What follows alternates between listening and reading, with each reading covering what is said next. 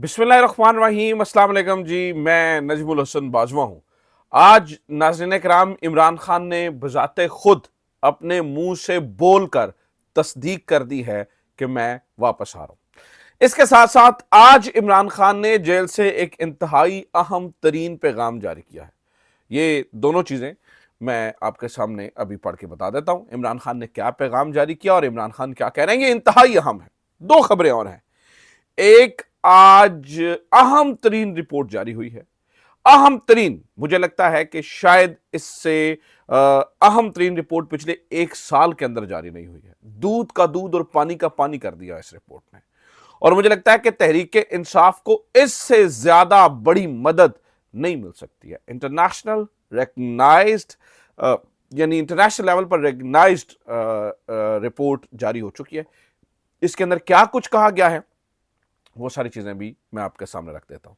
इसके अलावा आज अडयाला में गालियां चल गई, ये क्या कहानी हुई, ये क्या मामला है, ये भी मैं आपके सामने रख देता हूं। लेकिन एक एक करके जरा शुरू करते हैं। सबसे पहले इमरान खान का मैसेज, और आज जो उन्होंने खुद तस्दीक की कि मैं वापस आ रहा हूं। उन्होंने खुद कहा मैं वापस आ रहा हूं।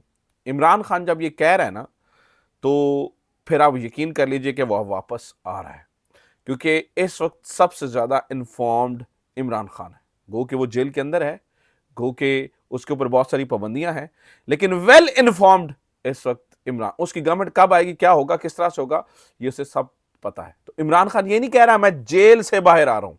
इमरान खान कह रहा है मैं वापस आऊंगा, मैं वापस आ रहा हूं। उन्होंने क्या कहा, जरा तफसीलन सुनिए। आज इमरान खान ने अडयाला जेल में वकला और मीडिया से जो गुफ्तगू की है, उनके ऑफिशियल अकाउंट से मैं नाम पढ़ के सुना रहा हूं। थोड़ी सी लंबी गुफ्तगू है, लेकिन सुनिएगा, सारी बहुत इंपॉर्टेंट बातें उन्होंने की। उन्होंने कहा जी पाकिस्तान इस वक्त टाउट्स के कब्जे में है। यानी ये बात उन्होंने पहले वैसे लफ्जी ठीक कहा, टाउट्स के, पाकिस्तान वाकई टाउट्स के कब्जे में है। आपने ये देखा कि किस तरह से जजेस तैनात किए गए। तमाम इमरान खान के मुखालिफ वकला को आज लाहौर हाईकोर्ट का जज बना दिया गया। बहुत सारे लोग तो इस पर यह भी कह रहे थे कि जो आज इमरान खान के मुखालिफ वकला को जज बनाकर काम हुआ है ना, याहिया अफरीदी साहब ने अपने आप को चीफ टाउट्स ऑफ पाकिस्तान जो है ना वो साबित किया है। वो चीफ जस्टिस ऑफ पाकिस्तान नहीं है, वो चीफ टाउट्स ऑफ पाकिस्तान है, क्योंकि उन्होंने एक टाउट की तरह ही किरदार अदा किया है। उन्होंने कहा, इमरान खान ने कहा, एक ऐसा टाउट सिकंदर सुल्तान राजा भी था जो 2024 इलेक्शन चोरी करने का सरगना है, और इस पर आर्टिकल 6 के तहत कार्रवाई होनी चाहिए ताकि दोबारा कोई ऐसी हरकत ना करे। मोहसिन नकवी के पास ऐसी कौन सी, अब ये इमरान खान टाउट्स गिनवा रहे हैं, कौन कौन टाउट्स है। इमरान खान टाउट, पहला टाउट, दूसरा टाउट, उन्होंने कहा जी दूसरा टाउट मोहसिन नकवी है। इसके पास ऐसी कौन सी गिद्दड़ सिंगी है जो इस पर ओहदों की बारिश की गई है। इशारों पर नाचने वाला एक अकल से आरी शख्स क्रिकेट से लेकर खारजा और दाखिला अमूर समेत तमाम तर सिक्योरिटी के मामलात का माहिर कैसे हो सकता है। कैसे हो सकता है एक अकलकारी शख्स, कैसे हो सकता है इन तमाम चीजों का माहिर। पाकिस्तान कौम अपने मैंडेट पर डाले गए तारीखी डाके के खिलाफ 8 फरवरी को बाहर निकले। ये इमरान खान कह रहे हैं कि पाकिस्तान को जो है वो जो तारीखी डाका डाला गया है, उन्होंने कहा जी तारीखी डाके के खिलाफ 8 फरवरी को पूरे मुल्क में निकले और अपना एहतजाज रिकॉर्ड करवाए। सिर्फ 17 नशिस्तें जीतने वाली पार्टी को इक्तदार देकर उर्दली हुकूमत मुल्क पर मुसलत कर दी गई, जो पाकिस्तान के हर इदारे को तबाह कर रही है। इमरान खान ना नए नए लफ्जों के मुअज्जद हैं। उन्होंने उर्दली के ऊपर बात की, तो आपको मजे की बात बताऊं, बीबीसी ने पूरा लफ्ज ही उर्दली के ऊपर लिख दिया, यानी कि उसकी बात करना शुरू कर दी कि उर्दली क्या है। आगे सुनिए। मैं अदलिया की आज़ादी के लिए दिए गए 10 फरवरी की पाकिस्तान भर की बार एसोसिएशन और वकला की कॉल की भी हमायत करता हूं। मुल्क में कानून की हुक्मरानी के बगैर किसी किस्म का इस्तेहकाम मुमकिन नहीं है, और कानून की हुक्मरानी आज़ाद अदलिया के बगैर मुमकिन नहीं हो सकती। जिस तरह 26वीं यानी तरमीम के जरिए अदलिया को कंट्रोल करने की गर्ज से मुल्क में आइन और कानून की धज्जियां उड़ाई गई हैं, इसके खिलाफ पाकिस्तान की अवाम में शदीद नफरत पाई जाती है। और किसके खिलाफ नफरत पाई जाती है, इमरान खान ने लिखा एक खत के जरिए, उन्होंने कहा जी इस्टेब्लिशमेंट के खिलाफ नफरत पाई जाती है जिस तरह से चीजें हो रही है। उन्होंने यह भी लिखा, जो हालात हैं इससे यह तासुर मिलता है कि मौजूदा निज़ाम जमहूरियत के खिलाफ बाकायदा बरसरे पैकार है, और रोज एक ऐसा नया कदम उठाया जाता है जो जमहूरियत की रूह के ऐन मुनाफी हो। रवायती मीडिया तो पहले ही बूटों के रवायती तो मीडिया तो पहले ही बूटों के नीचे है, बंद नहीं है, उसका मुंह गूंगा नहीं है, बूटों के नीचे है। वो बोलता है जो बूट कहते हैं, ये इमरान खान कह रहे हैं। अब पीका का काला कानून मंजूर करके अवाम के हक के राय दही का वाहिद जरिया यानी सोशल मीडिया पर भी मार्शल लॉ लगा दिया गया है। यह जुबानबंदी की कभी तरीन कोशिश है और पाकिस्तान को बैनुल अक़वामी पाबंदियों से करीब तर करने में अहम किरदार अदा करेगी। पीका का कानून अगर लागू करना ही है तो सबसे पहले शहबाज शरीफ पर लागू किया जाए, जिन्होंने मुल्क की तारीख के सबसे ज्यादा धांधीज़दा इंतखाबात को फ्री एंड फेयर करार दिया। हाँ भाई, फेक न्यूज ही कहनी है कि यार फेक न्यूज, तो आप सबसे ज्यादा धांधली वाले इलेक्शन को आप फ्री एंड फेयर इलेक्शन कह रहे हैं, तो आप फेक न्यूज ही दे रहे हैं ना। Sometime Imran Khan is very funny. अच्छा, आगे सुने। उन्होंने ये भी कहा, इन्होंने 26 नवंबर के कत्लेआम को भी झुटलाया और ये कहा कि गोली नहीं चली, ना ही कोई शहादत हुई है, लिहाजा पीका कानून के तहत सबसे पहली सजा शहबाज शरीफ को मिलनी चाहिए। कहते हैं ये झूठा है। इस बंदे ने झूठ बोले। पहले इसने कहा जी फ्री एंड फेयर इलेक्शन, ये भी झूठ है, और फिर ये कहता है 26 नवंबर को गोली कोई नहीं चली, ये भी झूठ है, लिहाजा इसको पीका कानून के तहत अंदर डालो। फिर उन्होंने कहा जी बदनीयत बददयानत लोग कभी न्यूट्रल अंपायर्स नहीं चाहते। रजीम क्योंकि खुद 26 नवंबर और 9 मई के वाक़यात में मुलव्वस है, इसलिए इनसे शफाफ जुडिशल कमीशन की तवक्को नहीं रखी जा सकती। हम जुडिशल कमीशन का क़याम सिर्फ इसलिए चाहते हैं क्योंकि हम इंसाफ के मुतलाशी हैं, जो मुजरिम हैं वो नहीं चाहते कि हकीकत सामने आए। 18वीं तरमीम के तहत किसी भी सूबे के आईजी और चीफ सेक्रेटरी की तकरीर, अब यहाँ पर बहुत इंपॉर्टेंट, अब इमरान खान गंडापुर को जरा रगड़ने लगे हैं, जरा सुनिए वो क्या कहते हैं। कहते हैं जी 18वीं तरमीम के तहत किसी भी सूबे के आईजी और चीफ सेक्रेटरी की तकर्री सूबाई हुकूमत की स्वाबदीद है। एक मरतबा फिर आइन की धज्जियां बिखेरते हुए सूबाई हुकूमत के दिए गए 3 नामों को अपने पॉकेट लॉस के जरिए रद्दी की टोकरी में फेंक दिया गया। अब एक नई टर्म इमरान खान मुतारिफ करवाना है, पॉकेट लॉस। और खैबर पख्तूनख्वा में विफाक की मर्जी का आईजी इंस्टॉल कर दिया गया। मैं अली अमीन को खुसूसी हदायत कर रहा हूँ कि सूबे की आवाम के हकूक़ का तहफ़्फ़ुज़ आपकी ज़िम्मेदारी है। मुल्क के बाकी तीनों सूबों में भी पहले हमारे कारकुनान के खिलाफ जुल्म और बर्बरियत का बाजार गर्म है। अगर खैबर पख्तूनख्वा में भी हमारे कारकुनान को ये सब बर्दाश्त करना पड़ा तो इसकी जिम्मेदारी सूबाई हुकूमत और वज़ीर आला पर होगी।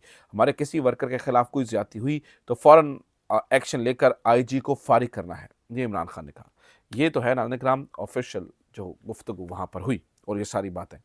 इसके अलावा वकला आज क्या बताते हैं। वकला ने बताया, जब इमरान खान से पूछा गया तो इमरान खान ने बड़ा कॉन्फिडेंट होकर, और मैं बड़ी जिम्मेदारी से आपको बता रहा हूँ, आज बड़ा कॉन्फिडेंट होकर इमरान खान ने कहा मैं वापस आऊँगा, बल्कि मैं वापस आ रहा हूँ। यानी इमरान खान की जानिब से कहा गया कि मैं वापस आऊँगा। ये जो सुर्ख दायरे हैं और जो ये सारी चीज़ें हैं, जो ये कहते हैं जी सुर्ख दायरा लग गया, अब इमरान खान का पत्ता कट चुका है, अब फलां हो गया, ढिमका हो गया, वो तमाम लोग ज़रा कान खोल कर सुन लें।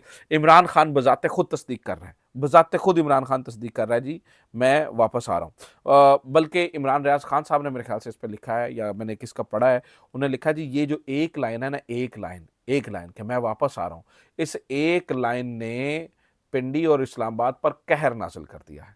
क्योंकि इनको भी अंदाज़ा है, पिंडी और इस्लामाबाद वालों को पता है कि जब वो कह रहा है कि मैं वापस आऊँगा तो फिर वो किसी भी तरीके से जो है वो वापस आएगा, फिर वो वापस आएगा। और वो जो है ना डील करके वापस नहीं आएगा, वो जीत कर वापस आएगा, वो अपने ज़ोरे बाजू पर वापस आएगा। तो नाज़रीन किराम आज जो है वो ये गुफ्तगू हुई। अच्छा, एक तरफ ये सिलसिलाकार चल रहा है, एक तरफ ये चीज़ें हो रही हैं, दूसरी तरफ एक और अहम तरीन खबर सुन लीजिए।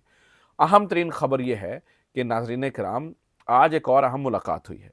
मुलाकात हुई है शहबाज शरीफ साहब की अपोजिशन लीडर जनाब मौलाना फजलुर रहमान साहब से, और पता चला है कि शहबाज शरीफ साहब गए, एहसन इकबाल साहब गए, तारड़ साहब गए और इन्होंने जाकर फूलों का गुलदस्ता जो मौलाना फजलुर रहमान साहब को पेश किया। अच्छा, ये क्या चाहते थे, ये क्या चाह रहे थे, वो एक अलग कहानी है, उसको ज़रा डिस्कस नहीं करते कि ये क्या चाहते थे, इनको क्या मिला, इनको क्या नहीं मिला, इसको ज़रा छोड़ के मैं ज़रा न्यूट्रली आपके सामने चीज़ें रखता हूँ। हमारी इत्तलात ये हैं, बल्कि कुछ दोस्तों ने इसके ऊपर बड़ा प्रॉपर ख़बरें भी दी। उन्होंने कहा कि मौलाना फजलुर रहमान साहब ने ये जो मुलाकात की है शहबाज शरीफ साहब से, क्योंकि कहा जा रहा है ना जी मौलाना फजलुर रहमान साहब पैर काट गए ने और ये नहीं होगा और फलाना नहीं होगा और ढिमकाना नहीं होगा। हमारी इत्तलात ये हैं, ज़रा ये कहते हैं कि मौलाना फजलुर रहमान साहब ने अपोजिशन की मर्ज़ी से, यानी कि अपोजिशन से पूछ कर फिर मुलाकात की है। बल्कि ये भी बताने वाले बताते हैं कि मौलाना फजलुर रहमान साहब ने कहा आप ये जो आज मेरे घर आए हैं इसका मकसद कुछ भी नहीं है, सिर्फ आप ग्रैंड अपोजिशन अलायंस की मीटिंग को डिस्टर्ब करना चाहते हैं। आप उसको अब मैं आपको बताऊँ नाज़रीन किराम, इस हुकूमत ने मौलाना फजलुर रहमान से बड़ी वादा खिलाफियाँ की हैं। अब मौलाना फजलुर रहमान साहब इमोशनली थोड़ा सा प्रैक्टिकल होकर उन्हें सोचना चाहिए, हो सकता है उनके इमोशंस इनके ऊपर हों, लेकिन क्या ज़्यादतियाँ की गई इसके ऊपर कामरान मुर्तज़ा साहब कहते हैं, उन्हें जो JUIFA वाले हैं, उन्होंने कहा कि जनाब हमें ये कहा गया था कि मंसूर अली शाह साहब ही चीफ जस्टिस ऑफ पाकिस्तान होंगे, वही चीफ जस्टिस होंगे। लेकिन आप इसके ऊपर प्लीज़ ये 3 वाला काम कर दीजिए, ये ज़रा ये चीज़ें डिसाइड कर दो। उन्होंने कहा हमने कर दिया, हमने कहा ठीक है हम कर देते हैं, ठीक है। तो बाद में हमें जब पता चला तो ये मंसूर अली शाह पर नहीं मान रहे थे, बल्कि ये याहिया अफरीदी को चीफ जस्टिस बनाना चाहते थे। ऑब्वियसली उन्होंने मुलाकातें करके अपनी कॉन्सेंट दे दी थी, तो फिर उनको ही बनाना था।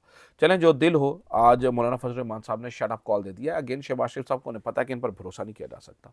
एक और खबर नाज़रीन कराम सुन लीजिए, इंतहाई अहम तरीन खबर, इंतहाई अहम तरीन मामलात वो ये हैं कि नाज़रीन कराम इस वक्त ये कोशिशें कर रहे हैं किसी भी तरह से मामलात को कूल डाउन किया जा सके, अप्रोच की जा रही है, लोगों की पकड़ धकड़ जारी है। 8 फरवरी के हवाले से जो है ना वो कोशिश कर रहे हैं कि ना चीज़ें खुलकर सामने आए, क्योंकि 8 फरवरी को पाकिस्तान तहरीक-ए-इंसाफ एक बहुत बड़ा मुज़ाहरा करने वाली है और ये बताने वाली है कि ये जो इलेक्शंस 8 फरवरी को हुए और जो फॉर्म 47 बना वो फेक बना। तो ऐसे में ये पकड़ना चाहते हैं। ऐसे में नाज़रीन किराम एक बहुत ही अहम तरीन रिपोर्ट शाया होती है और वो रिपोर्ट पतन शाया करती है। पतन के सरवर बारी साहब आप जानते ही, काफ़ी दफ़ा इस बारे में बात भी कर चुके हैं। लेकिन पतन ये रिपोर्ट शाया करती है, वो कहती है कि अब ये सुनिए, बहुत इंपॉर्टेंट खबर है। पतन ये बताती है, उन्होंने कहा कि जनाब 2024 के इलेक्शन में 64 नए तरीकों से धांधली की गई।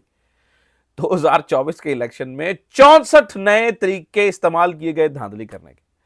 और तो और उन्होंने ये भी बताया, उन्होंने कहा जी कुल हलकों के अंदर, कुछ हलकों के अंदर जो वोटर टर्न आउट था वो 100% रहा, यानी सारे के सारे लोग ही वोट डालने चले गए। और कुछ हलकों में तो वोटर टर्न आउट 100% से भी ज्यादा रहा, यानी कि जितने रजिस्टर्ड वोटर्स थे उससे भी ज्यादा लोगों ने वोट कास्ट कर दिए। और फिर सबसे मजेदार बात जो इस पूरी रिपोर्ट में नजर आती है हमें, वो ये है कि कुछ लोगों ने एमएनए की सीट के ऊपर तो वोट डाले, यानी कि बड़ा वोट तो डाला। एक बंदा गया, उसने एमएनए की सीट पे वोट डाले, और अमूमी तौर पर रुझान यह है कि जब आप जाते हैं तो आप एमएनए के लिए वोट डालते हैं और एक एमपीए के लिए वोट डालते हैं। लेकिन पतन की रिपोर्ट बताती है कि उन्होंने कहा कि ये लोग गए और जाके इन्होंने एमएनए के वोट तो डाले लेकिन एमपीए के वोट नहीं डाले, यानी कि इन्होंने जो झूठे बाद में केसेस बनाए ना, उसके अंदर इन्होंने एमएनए के वोट्स तो मैनेज कर लिए, लेकिन एमपीए के वोट्स मैनेज नहीं हो रहे थे। फिर यही पतन बताती है, उन्होंने कहा जी फरवरी के अंदर इलेक्शन होता है, फरवरी के अंदर, और सितंबर तक नाज़रीन किराम election commission of Pakistan results को ऑल्टर करता रहता है, वेबसाइट पर डालता है, कभी उतारता है, कभी डालता है, कभी कोई चीज़ करता है, कभी कोई चीज़ करता है। सितंबर तक ये बात जो है वो जारी और सारी रही।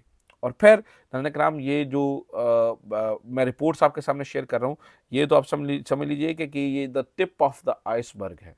इन्होंने बड़ी सारी चीज़ें संभाल के रखी हैं। सरवर बारी साहब ने बजाते खुद कई दफ़ा मीडिया पर आकर बताया है और बात की है, और वो ये बता रहे हैं कि ये मामला जो है वो बहुत ही अब यूँ समझ लीजिए कि हाथ से निकला हुआ है, इनके बहुत हाथ से निकला हुआ है। ये इनके कंट्रोल में नहीं आएगा, चीज़ें इनके खिलाफ जाएंगी, चीज़ें इनके कंट्रोल से बाहर हैं। और मैं आपको बता दूं, पतन की रिपोर्ट तहरीक इंसाफ के लिए एक ठंडी हवा का झोंका है, और ये इसको रिपोर्ट कर सकते हैं, जगह जगह पर इन फैक्ट्स को बता सकते हैं, ये सारी चीज़ें। आखिरी खबर सुन लीजिए, आज अडयाला के अंदर ज़रा गर्म गलोच हुई, वो क्या कहानी थी। फैसल चौधरी साहब को नाज़रीन किराम रोका गया और उनका पारा चढ़ गया। ऑब्वियसली जब आप किसी बंदे को ऐसी बिला वजह रोकेंगे तो उसका पारा क्यों नहीं चढ़ेगा। उनका पारा चढ़ गया और उन्होंने फिर ठीक ठाक ठोकी गालियाँ। उन्होंने कहा थोड़ी ऐसी तासी कौन है मैंने ढक्कन वाला, तो ये सब कुछ भी हुआ है। तो ये आज की खबरें, उम्मीद करता हूँ ये वीडियो आपके लिए इन्फॉर्मेटिव रही होगी। अपना ख्याल रखिए, खुदा हाफिज़, पाकिस्तान जिंदाबाद।